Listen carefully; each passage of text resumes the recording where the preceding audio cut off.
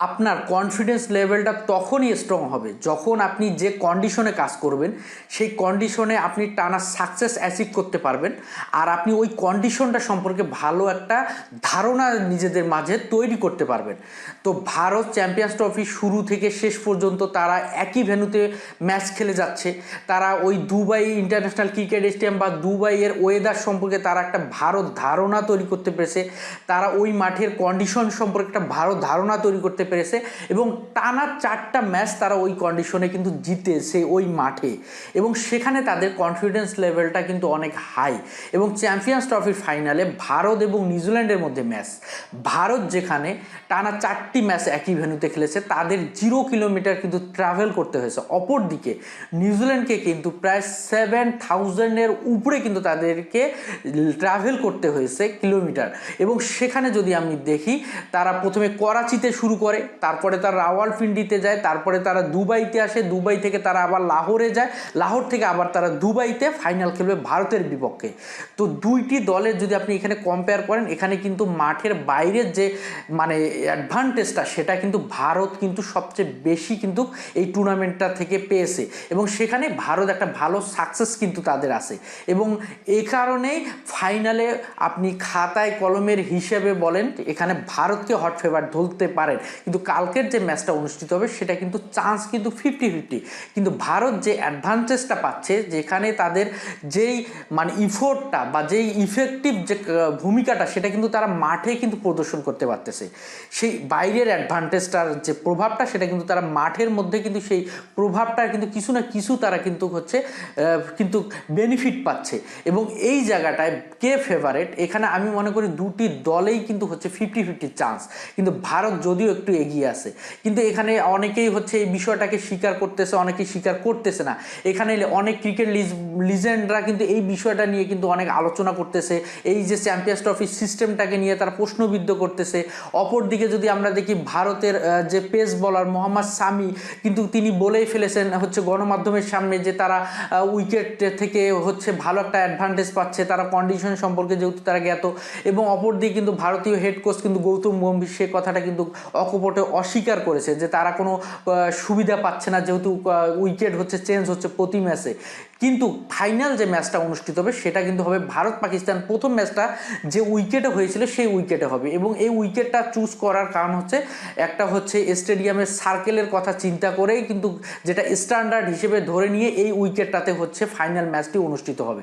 সেখানে অবশ্যই ভারত সেই ম্যাচ উইকেটে, যেহেতু তারা প্রথম একটা ম্যাচ পাকিস্তানের বিপক্ষে খেলেছে, সেখানে তারা অবশ্যই ভালো একটা সুবিধা তারা পাবে। এবং 30 বছর পর পাকিস্তানি চ্যাম্পিয়ন্স ট্রফি আয়োজন হলেও সেখানে ফাইনাল ম্যাচ অনুষ্ঠিত হচ্ছে পাকিস্তানে না দুবাইতে।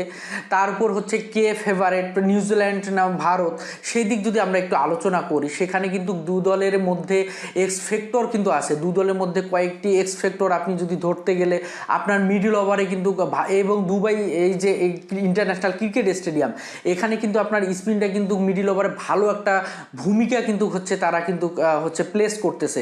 এবং সেখানে যদি আমরা দেখি নিউজিল্যান্ডের স্পিনার এবং ভারতের স্পিনারদের মধ্যে কম্পেয়ার করলে কিন্তু সেদিক থেকে আমরা নিঃসন্দেহে বলতে পারি ভারতের স্পিনাররা অনেক এগিয়ে আছে। সেক্ষেত্রে আমরা কুলদীপ যাদব, রবীন্দ্র জাদেজা, তারপরে বরুণ চক্রবর্তী অসাধারণ বল করতেছে, এবং সেই দিক থেকে আপনার নিউজিল্যান্ডের মিচেল স্যাটনার একটা ভালো মানে একটা এক্সপেক্টর হতে পারে।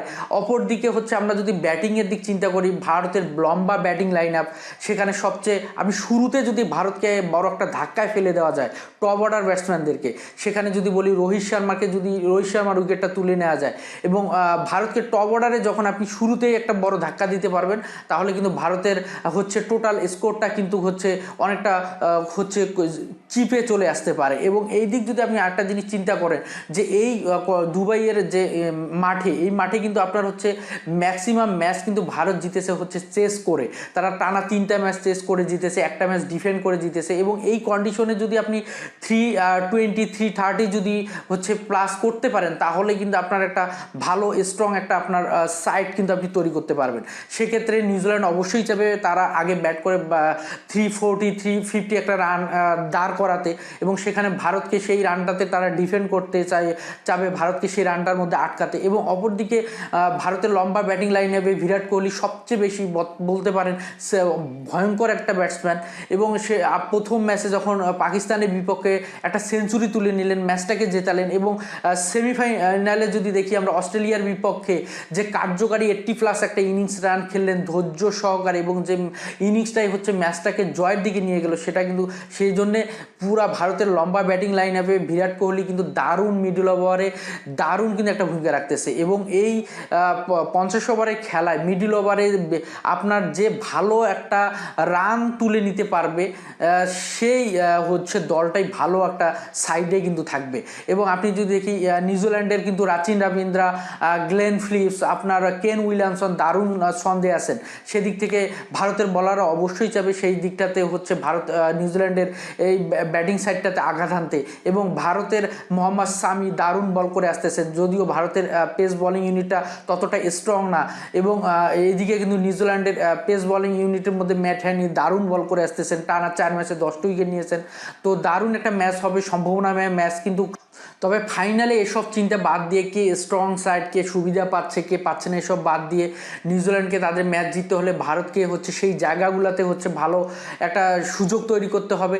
এবং কে কি বলল হচ্ছে মাইকা থ্যারটন কি বলল, নাসির হুসাইন কি বলল, ইনজামামুল হক কি বলল, সেই চিন্তাগুলো এখন দূরে ঠেলে ভালো একটা ফাইনাল উপভোগ করার জন্য, ভালো একটা ম্যাচ উপভোগ করার জন্য নিউজিল্যান্ড ভালো একটা শক্তিশালী টিম। এবং তারা সেমিফাইনালে যেভাবে হচ্ছে দক্ষিণ আফ্রিকাকে হারিয়েছে, তো সেটা ভারতের জন্যও অনেকটা মানে চিন্তার বিষয়। সেই জায়গাটাতে তারা অবশ্যই অনেক বেশি হচ্ছে প্রি প্ল্যান করবে যে কিভাবে নিউজিল্যান্ডের ওই স্ট্রং পজিশনগুলোতে হচ্ছে কাজ করা যায়, স্ট্রং পজিশনগুলো নিয়ে। তো সেই জায়গায় দারুণ একটা ম্যাচ হবে আগামীকাল। এবং সেখানে ভারত যতই বাড়তি অ্যাডভান্টেজ পাক, কিন্তু মাঠের খেলায় যেন একটা ভালো পরিবেশ থাকে, ভালো একটা ম্যাচ হতে হয়। ট্রফির ফাইনালে দারুণ একটা ম্যাচ উপভোগ করার অপেক্ষায়। আল্লাহ।